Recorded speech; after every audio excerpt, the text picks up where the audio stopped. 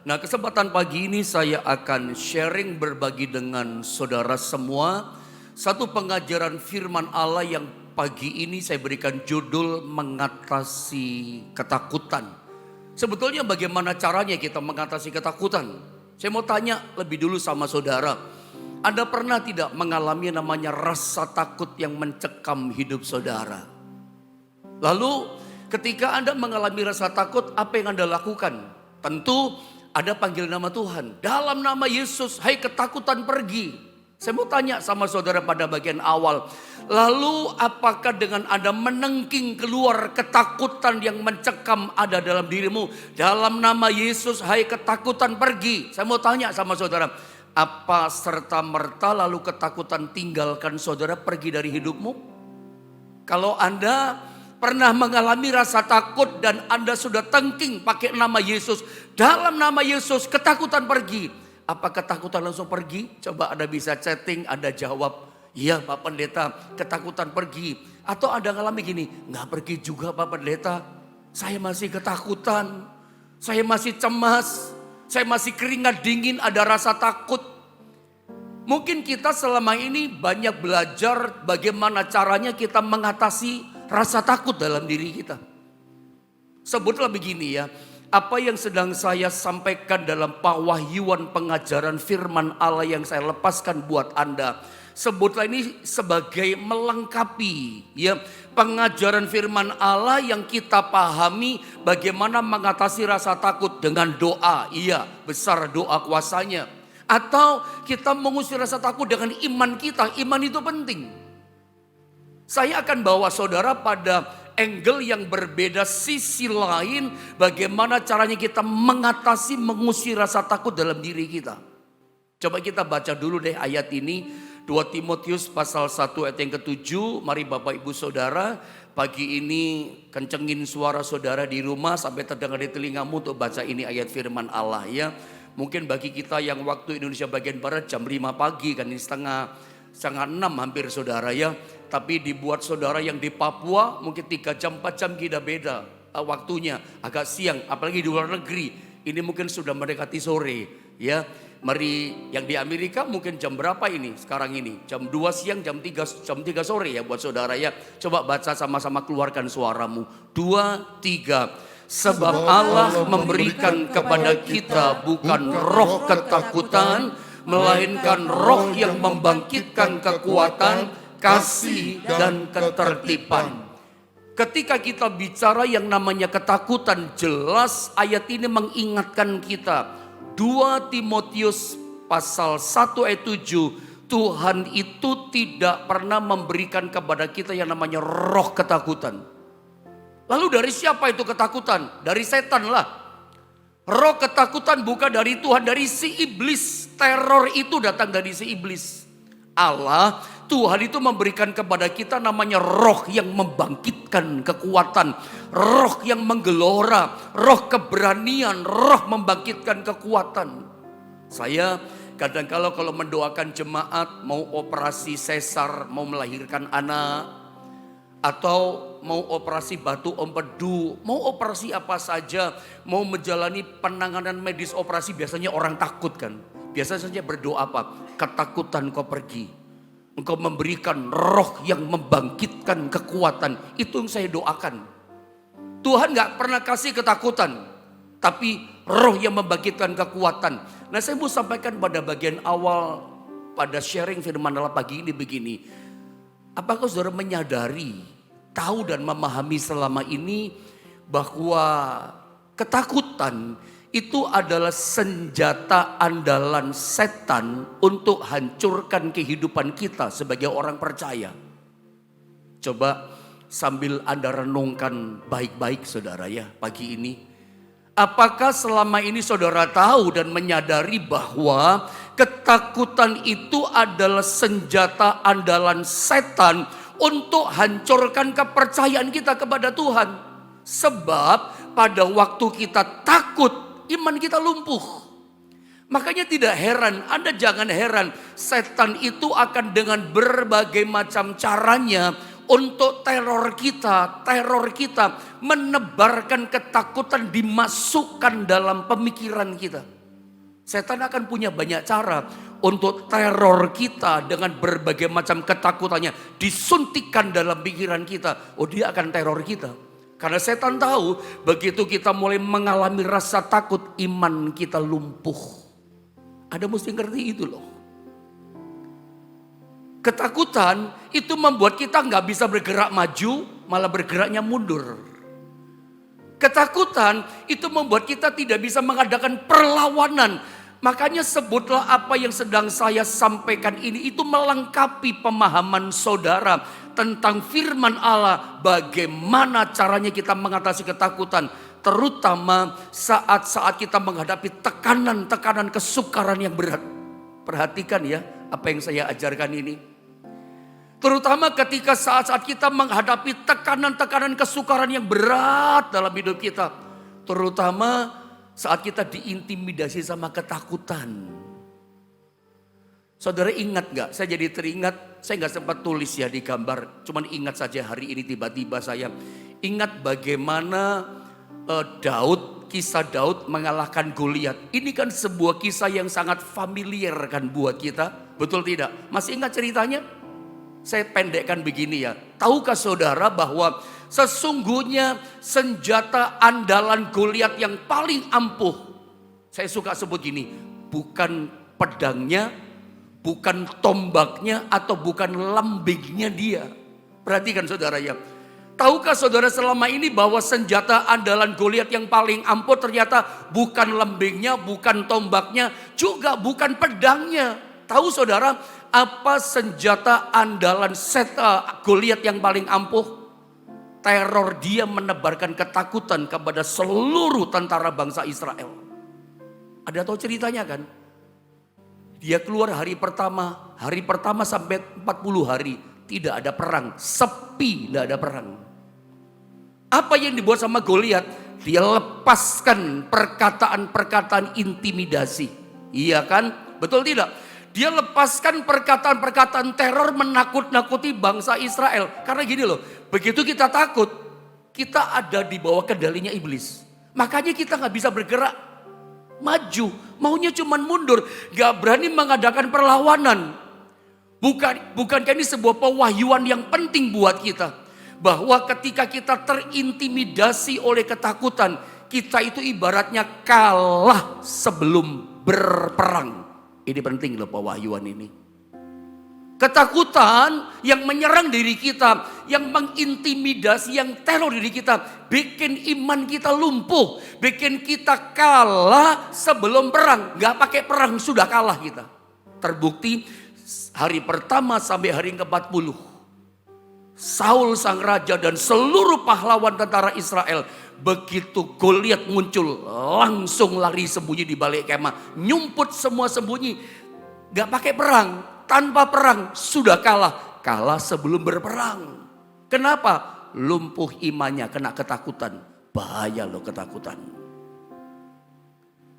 Senjata andalan setan itu apa? Ketakutan ditebarkan, diteror sama kita. Begitu muncul Daud, Anda tahu ceritanya? Daud itu seorang muda yang masih kemerahan wajahnya. Menurut saya, ketika Daud nyampe di medan perang disuruh bawa bahan makanan untuk kakak-kakaknya oleh bapaknya Isai. Daud berpikir dalam perjalanan, wah asik, nanti lihat peperangan yang hebat, peperangan yang seru. Begitu nyampe medan perang, betapa kaget Daud, tidak ada perang. Sepi, semuanya ketakutan sembunyi, kalah sebelum berperang. Dan kita lihat Daud ketika berperang menghadapi yang namanya Goliat, itu sebuah peperangan yang saya beri nama anti klimaks. Kenapa anti klimaks? Itu kalau sebuah film, itu setelah nonton kecewa penonton. Kenapa? Perangnya tidak ada serunya gitu loh. Kalau kita nonton film mestinya kan seru dong.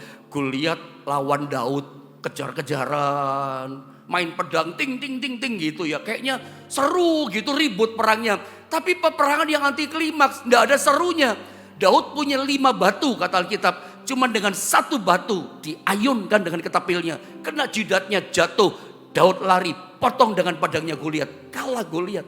begitu sangat mudahnya Daud mengalahkan Goliat.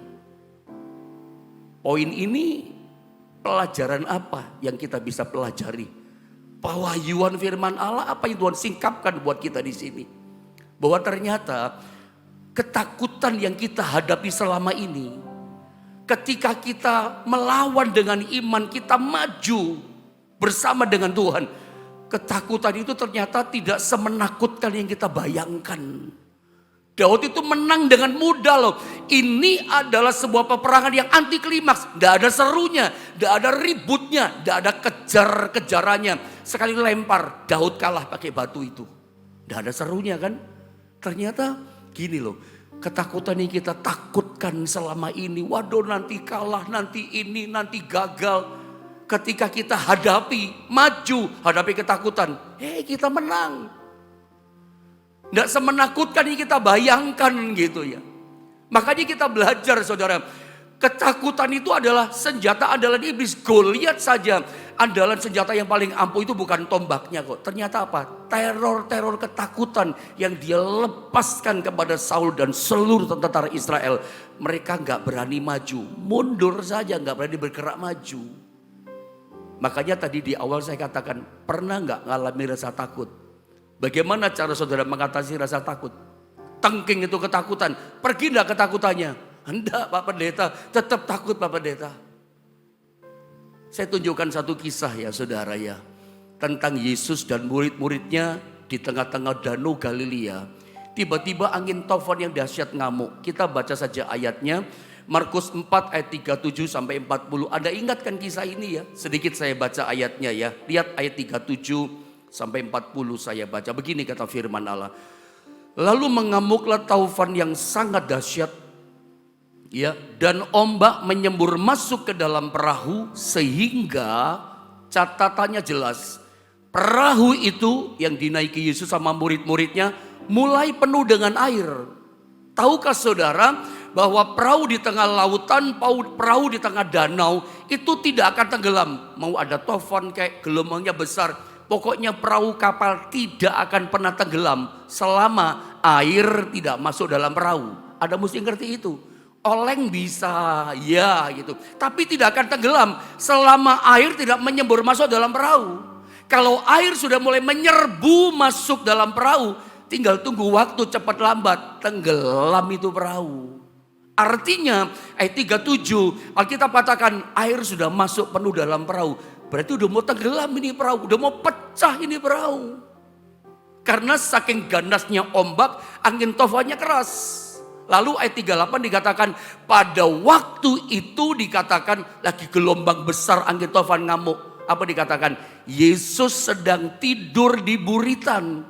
Di sebuah tilam, maka murid-muridnya membangunkan dia dan berkata kepadanya, Guru, engkau tidak peduli kalau kita binasa. Bisa-bisanya ya, Yesus ini di tengah-tengah angin taufan yang dahsyat mengamuk, di tengah-tengah gelombang yang besar menyerbu masuk dalam perahu, udah hampir penuh dengan air. Yesus tetap tidur tenang di buritan. Tidur dengan tenang. Orang Manado punya bahasa keren menurut saya. Tasono gagah katanya. Tidurnya nyaman, tidurnya nyenyak, tasono gagah. Tidur dengan tenang. Yesus tuh tasono gagah dia. Tidur tenang dia. Padahal di luar taufan kenceng. Di situ terjadi di perahu, air mulai menyembur masuk. Tapi dia tasono gagah, tidur dengan nyaman, dengan nyenyak. Murid-murid bandingkan ketakutan. Dari bahasanya para murid berkata, Guru, engkau tidak peduli kalau kita binasa. Engkau tidak peduli kalau kita mati. Belum mati, tapi mereka berteriak, kita mati, kita binasa. Kenapa murid-murid ketakutan, tapi kenapa Yesus tetap tenang tidur di buritan? Saya baca 39. Ia pun bangun, ya, menghardik angin itu dan berkata kepada danau itu, diam, tenanglah. Lalu angin itu reda dan danau itu menjadi teduh sekali. Lihat ayat 40. Lalu ia berkata kepada mereka, mengapa kamu begitu takut? Mengapa kamu tidak percaya? Coba fokuskan di ayat 40, lihat gambar ini. Lihat kata-kata Yesus kepada para murid. yang sedang ketakutan. Kita mati, kita binasa. Lihat kata-kata Yesus, teguran Yesus, templakan, koreksi keras. Mengapa kamu begitu takut? Mengapa kamu tidak percaya? Kita bicara tentang bagaimana caranya kita mengatasi rasa takut. Itu fokus kita. Murid-murid sedang takut. Yesus katakan tegur gini, mengapa kamu begitu takut? Sangat takut mereka. Kenapa mereka takut? Yesus tunjukkan kepada kita, mengapa kamu tidak percaya. Jadi orang takut itu tanda dia tidak percaya. Tapi saya nggak bicara tentang ini. Ini kan melengkapi bagian yang lain yang saudara sudah pahami.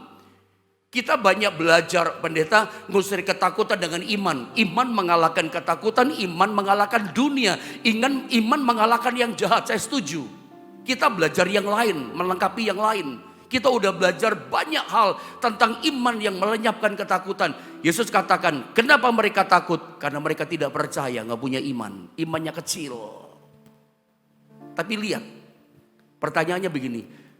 Apa sih yang membuat Yesus tidak takut dan tetap tenang, tidur di buritan? Jawabannya adalah ini, karena damai sejahtera.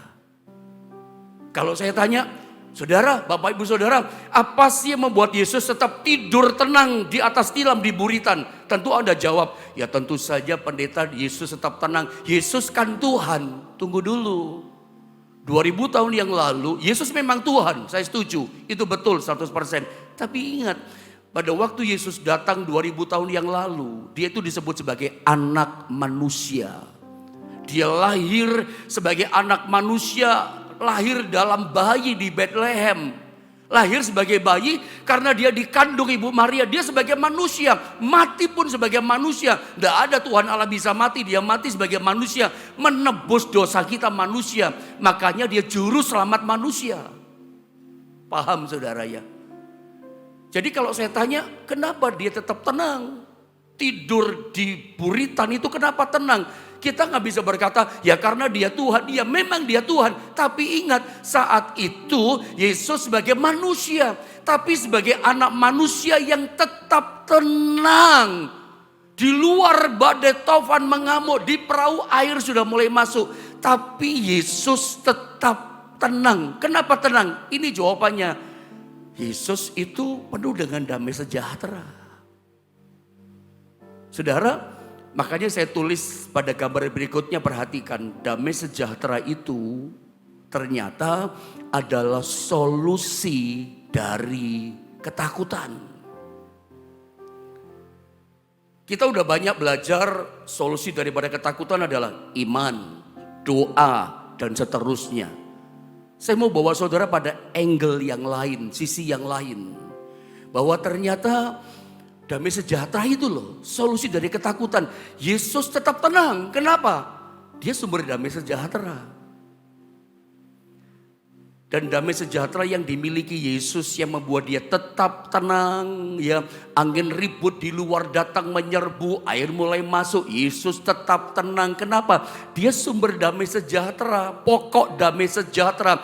Dan kabar baiknya buat kita jemaat Tuhan, orang-orang yang percaya pada Tuhan, damai sejahtera yang membuat Yesus tetap tenang. Ketika dia naik ke sorga, itu Yesus gak bawa ikut naik ke sorga. Lalu bagaimana? Dia tinggalkan buat kita orang yang percaya di bumi. Coba lihat ayat ini, Yohanes 14 di ayatnya yang ke-27. Saya baca ya, perhatikan ayat ini. Damai sejahtera ku tinggalkan bagimu, damai sejahtera ku berikan kepadamu. Damai sejahtera ku, kata Tuhan, yang Yesus miliki, yang membuat Yesus tetap tenang. Itu ku berikan kepadamu. Gak ikut dibawa naik ke sorga, ditinggalkan buat kita. Karena dia tahu kita butuh itu terus menerus. Dan apa yang kau berikan dikatakan tidak seperti yang diberikan oleh dunia kepadamu. Janganlah gelisah dan gentar hatimu. Lu jangan takut, kata Tuhan. Tuhan mengerti, Tuhan peduli, Tuhan tahu kebutuhan kita manusia. Kita ini butuh terus menerus akan damai sejahtera. Makanya Yesus gak bawa itu damai sejahtera naik ke sorga. Karena dia tahu kita butuh terus-terusan damai sejahtera itu. Ketika kita tinggal di dunia. Untuk apa? Solusi menghadapi kegentaran, kegelisahan, ketakutan di dunia. Makanya dia tinggalkan, dia berikan damai sejahteranya sebagai solusi mengatasi ketakutan. Jadi solusi dari Tuhan buat kita mengatasi ketakutan apa? Anda harus memiliki yang namanya damai sejahtera. Dan saya tertarik dengan perkataan Yesus. Damai sejahteraku yang kuberikan kepadamu. Itu tidak sama dengan yang diberikan oleh dunia. Bedanya di mana? Dunia itu memang bisa memberikan damai. Tapi tidak ada sejahteranya menurut saya. Dia bisa berikan damai. Tapi ingat, damai yang diberikan oleh dunia itu tidak bisa memberikan kita sejahtera. Damai yang diberikan oleh dunia itu kan gampang ditentukan oleh situasi yang di luar. Kalau di luar masalahnya belum beres, kita nggak bisa sejahtera, nggak bisa damai sejahtera. Ada banyak orang berkata, Pak Pendeta bagaimana saya bisa damai sejahtera kalau masalah saya belum beres. Kalau masalah saya beres, utang saya semuanya sudah kebayar. Kerjaan saya mapan, cuannya mulai ada, jabatan mulai bagus. Kalau anak-anak saya udah jadi orang, udah menikah, punya anak, saya punya cucu, ya saya baru bisa damai sejahtera. Itu kan kebanyakan kita, semuanya beres dulu, bahagia dulu, tenang dulu. Baru kita berkata, ya itu baru bisa damai sejahtera. Itu kan damainya dunia ditentukan dengan situasi kondisi di luar. Orang nonton film seru, datang ke tempat hiburan, hore, senang, damai. Tapi begitu setelah nonton, selesai, hura-huranya selesai, susah lagi, takut lagi, kepikiran lagi, stres lagi. Itu damai dari dunia. Ditentukan situasi di luar. Kalau di luar belum beres, kesulitan masih ada, orang gak bisa sejahtera. Cuma damai, tapi dikuasai oleh keadaan di luar. Tapi damai sejahtera dari Tuhan itu tidak ditentukan oleh keadaan situasi di luar kita. Masalah mungkin belum beres, utang mungkin belum kelar, masih sekian tahun. Anak-anak masih banyak persoalan, kita masih punya tuntutan ini untuk membesarkan anak kita. Tapi bukan berarti kita gak bisa damai. Damai sejahtera Tuhan itu ditaruhnya di dalam diri kita. Nah, saya mau terangkan sama saudara. Damai sejahtera yang diberikan oleh Tuhan itu adalah dampak dari kehadiran pribadinya di hidup kita. Beda lah saudara ya. Kalau damainya dunia itu situasi di luar, tenang dulu baru damai. Tapi kalau belum selesai tetap takut kita, tetap stres kita. Damai sejahteranya Tuhan itu hasil dampak karena kita merasakan kehadiran pribadinya yang tinggal dalam hidup kita. Makanya pokok damai sejahtera lewat kehadirannya itu gak terpengaruh dengan situasi di luar. Mungkin belum beres, doa belum dikabulkan, jabatan kita belum bagus, kerjaan kita belum mapan. Tapi tetap hati kita damai sejahtera. Orang heran gitu loh kadang-kadang lihat kita. Orang heran lihat orang Kristen yang cinta Tuhan. Dia banyak masalah, dia banyak kesulitan. Kok tetap tenang sih? Kok kelihatan senyum-senyum damai sejahtera dari Tuhan? Karena memang damai sejahtera dalam Tuhan itu adalah dampak karena kita menikmati kehadirannya dalam diri kita. Makanya saya tulis gambar berikutnya. Bagaimana caranya untuk setiap kita mengalami damai sejahteranya, bagaimana caranya? Anda lihat ayat ini jawabannya. Efesus pasal 1 ayat 1 dan 2. Saya baca ya, perhatikan. Ini ayat penting. Anda harus ngerti pewahyuan pengajaran firman Allah ini. Ini penting menurut saya, sangat penting. Saya baca. Dari Paulus, Rasul Kristus Yesus oleh kehendak Allah. Perhatikan kalimat ini. Kepada orang-orang kudus di Efesus. Kepada siapa? Kepada ini ya. Orang-orang yang percaya dalam Kristus Yesus. Efesus 1 ayat 1 catat baik-baik. Ini bicara kepada orang-orang yang percaya kepada Tuhan Yesus Kristus. Apa hasilnya yang diberikan dampaknya bagi orang-orang yang percaya kepada Yesus? Dampaknya ini. Kasih karunia dan damai sejahtera dari Allah Bapa kita dan dari Tuhan Yesus Kristus. Sama-sama kita baca dong kata menyertai. 2, 3. Menyertai kamu. Coba bilang sekali lagi sama-sama saya. Menyertai kamu. Ingat ayat 1 katakan, setiap orang yang percaya kepada Tuhan Yesus Kristus, ada 2 hal yang menyertai dia. Saya ulang. Ayat 1 Efesus 1 katakan, setiap orang yang percaya kepada Tuhan Yesus Kristus, ada 2 hal yang menyertai dia. Ada 2 hal yang selalu menyertai kita. Apa yang menyertai kita 2 hal ini? Kasih karunia dan damai sejahtera Allah. Itu menyertai kita kemanapun kita pergi. Jadi kita itu gak pernah sendiri. Kemanapun kita pergi, itu ada 2 ini yang mengawal kita. 2 ini yang Tuhan janjikan menyertai kita. Apa itu yang menyertai kita? Kasih karunia dan damai sejahtera. Pak, datang sendirian gak pakai sini Pak? Ada boleh jawab, enggak sendirian saya. Saya ditemani, disertai kasih karunia dan damai sejahtera. Sudah bisa berkata haleluya? Kau bisa berkata amin saudara? Ini indah loh. Kasih karunia itu bicara divine ability from God. Kasih karunia itu bicara kemampuan, kekuatan dari Tuhan. Saya ulang ya. Jadi begini, kalau kita percaya pada Yesus, ada mesti paham, mengerti pagi ini. Kasih karunia, Anda gak usah minta. Seringkali orang doa salah, Tuhan berikan kasih karuniamu. Anda gak usah minta. Anda percaya pada Yesus, nomor 1, kasih karunia mengawal saudara, kasih karunia menyertai saudara. Loh iya loh, kemampuan menyertai kita. Kasih karunia bicara kemampuan, kekuatan dari Tuhan yang memampukan kita. Sebetulnya kita ini ada sadar gak? Saya mau tanya, Anda sebagai orang percaya pada Tuhan mengalami kuasa kasih karunia ini? Loh iya loh, saya perlu tanya sama saudara. Sadar gak Anda mengalami kuasa kasih karunia ini, disertai sama kasih karunia sama yang pertama ini? Kita gak mampu sebetulnya melakukan sesuatu. Gak mampu kita kerjakan kerjaan yang ini. Tapi kok bisa ya? Itu kasih karunia yang memampukan saudara. Hasilnya luar biasa. Hasilnya dahsyat, memuaskan. Kok bisa? Kasih karunia atau kekuatan kemampuan Tuhan yang memampukan saudara mengerjakan hal-hal yang sebetulnya kita tidak mampu melakukan. Ngalami itu enggak saudara?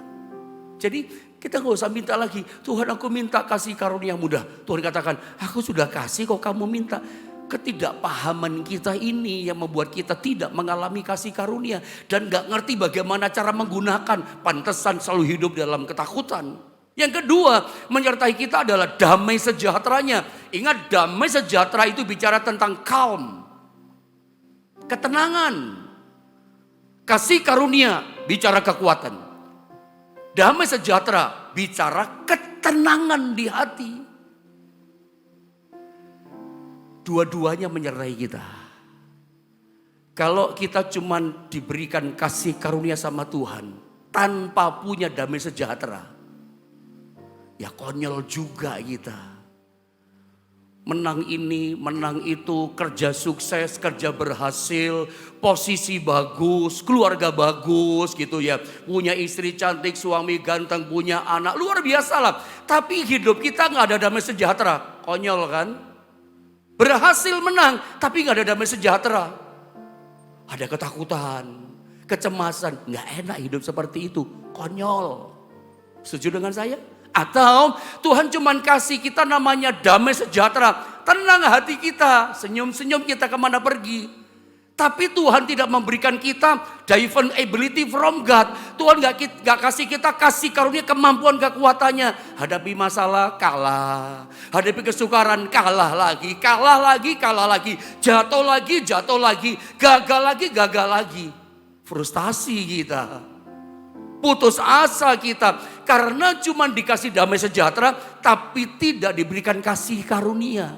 Tapi ingat, Efesus 1 ayat 1 dan 2, setiap orang yang percaya pada Yesus ada 2 hal ini menyertai hidupnya. Apa itu? Kasih karunianya dan damai sejahteranya luar biasa. Kalau kita dikawal dengan dua hal ini, nggak pernah sendirian loh hidup kita. Anda tahu dikawal kan, ditemani.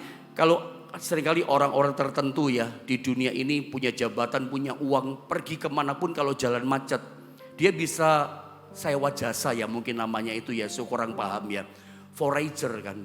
Bisa sewa itu kan, polisi di depan kita jadi forager. Itu jalan macet, jadi minggir macetnya. Satu macet minggir, lancar nanti ke depan. Ada yang macet sekarang keuangan saudara? Ada macet karena persoalan ini macet pak, banyak macet pak. Makanya Mas, tapi kalau engkau memahami, mengerti, percaya pada Tuhan, dikawal dua hal ini, yang macet-macet akan minggir, yang macet-macet jadi lancar karena dua perkara ini. Kenapa ya kita takut ya? Kenapa ya kita cemas? Karena kita seringkali nggak memahami ini, nggak ngerti, atau memang nggak tahu cara menggunakannya ini. Bagaimana kita mengalami damai sejahtera? Karena kita nggak tahu, caranya pun nggak ngerti. Ingat, damai sejahtera itu adalah dampak, damai sejahtera ketenangan yang kita rasakan sebagai orang percaya. Anda ngalami nggak damai sejahteranya? Saya ngalami pak, kekuatan Tuhan kasih karunia. Damai sejahteranya ngalami atau tidak? Saya tanya sama saudara. Karena jangan-jangan Anda nggak tahu caranya gitu, menggunakan damai sejahtera yang diberi oleh Tuhan. Gak usah minta, sebetulnya Tuhan berikan damai sejahtera loh. Damai sejahtera sudah diberi kepada kita orang percaya. Kan Tuhan udah ngomong, ku tinggalkan bagimu dan ku berikan padamu. Beda sama dunia kata Tuhan, sudah diberi. Sudah kita miliki, sudah dilepaskan kepada kita sejak 2000 tahun yang lalu. Tapi kenapa kita sulit dan tidak mengalami kuasa damai sejahteranya dalam keseharian hidup kita? Sudah dilepaskan kok, tapi kita gak ngalami. Ingat, damai sejahtera itu kita alami, ketenangan itu realita nyata terjadi sama kita. Itu dampak karena kita merasakan dari kehadiran pribadinya yang ada dalam hidup kita. Ada mesti memahami ini loh, damai sejahtera itu kita rasakan karena dampak kita menyadari, ngalami pribadinya yang tinggal dalam hidup kita. Bagaimana caranya? Damai sejahtera kita alami. Mazmur 62 ayat 2 menjawab hal ini. Ayo jemaat Tuhan sama-sama kita baca ayat ini yuk.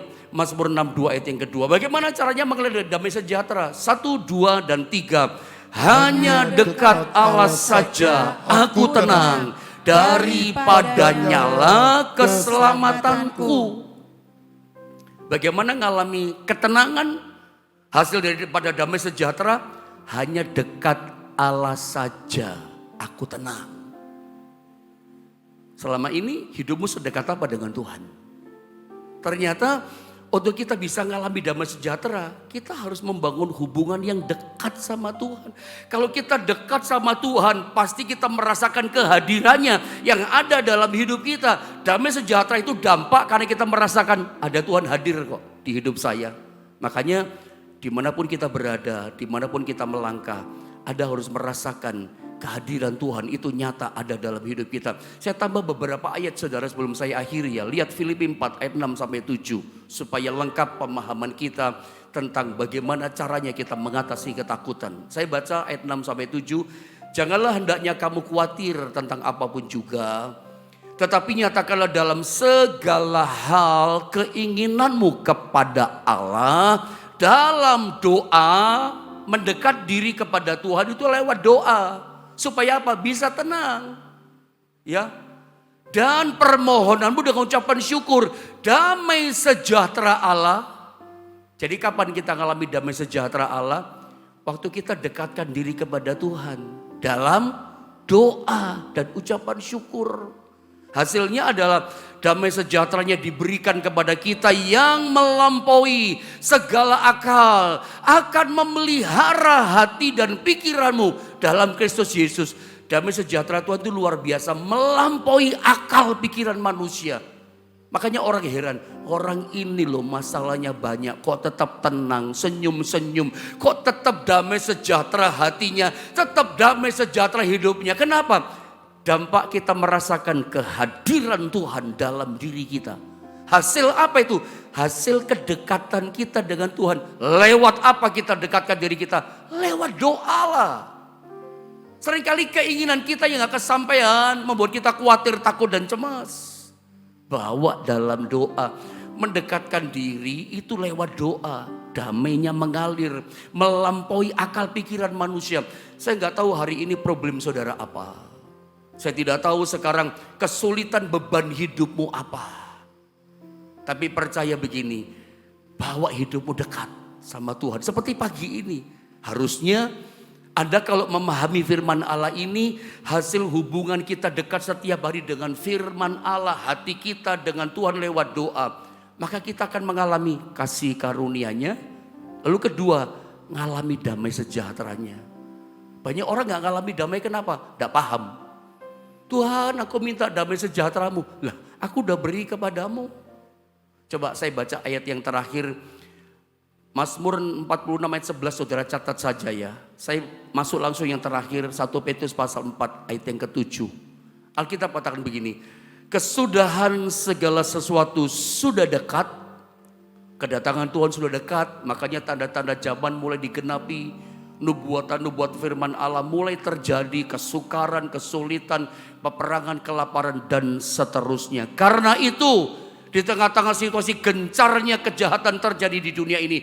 Karena itu kuasailah dirimu dan jadilah tenang. Bagaimana caranya kita bisa tenang? Untuk mengatasi ketakutan kita. Ketenangan ada di kita. Supaya kamu dapat berdoa dengan berdoa. Hanya dekat Allah saja aku tenang. Doa membuat kita dekat sama Tuhan. Jadi memang mendekatkan sama Tuhan itu lewat jalur kabel yang namanya doa. Kuasai diri dengan doa supaya apa? Ketenangan, damai sejahtera menjadi bagian kita. Efesus 1 tadi ingat-ingat sama saudara ya. Bahwa kemanapun kita pergi, kalau asal ada percaya sama Tuhan, hidup dekat dalam doa. Ingat ya, kasih karunia-Nya, kemampuannya diberi sama saudara, itu keren. Kedua, ketenangan, damai sejahtera juga menyertai saudara. Jangan biarkan ketakutan menyerang saudara. Ingat dari awal saya katakan, ketakutan membuat iman kita lumpuh. Kalah sebelum berperang. Kita gak berani bergerak maju kayak Saul sama tentaranya. Kita bergeraknya mundur. Gak berani perang, hadapi masalah. Padahal ketika kita mulai tenang, ada damai sejahtera. Dan ada kemampuan daripada Tuhan. Kalau kita hadapi ketakutan kita, gak semenakutkan seperti kita bayangkan. Kita pikir kalah, menangnya mudah. Daud itu menghadapi Goliat, itu anti klimaks, begitu mudah. Cuman ayun sekali batu itu dan menjatuhkan Goliat. Saya berdoa dengan kuasa kasih karunia, damai sejahtera, ketakutan kita akan dikalahkan. Kuncinya bagaimana? Dekat dengan Tuhan. Jangan biarkan satu hari pun lewat, engkau jauh dari Tuhan. Bangun hidup kita seperti pagi ini, tetap dekat sama Tuhan, terus dekat sama Tuhan. Ada dua yang menyertai mengawal kita, kasih karunia-Nya dan damai sejahteranya.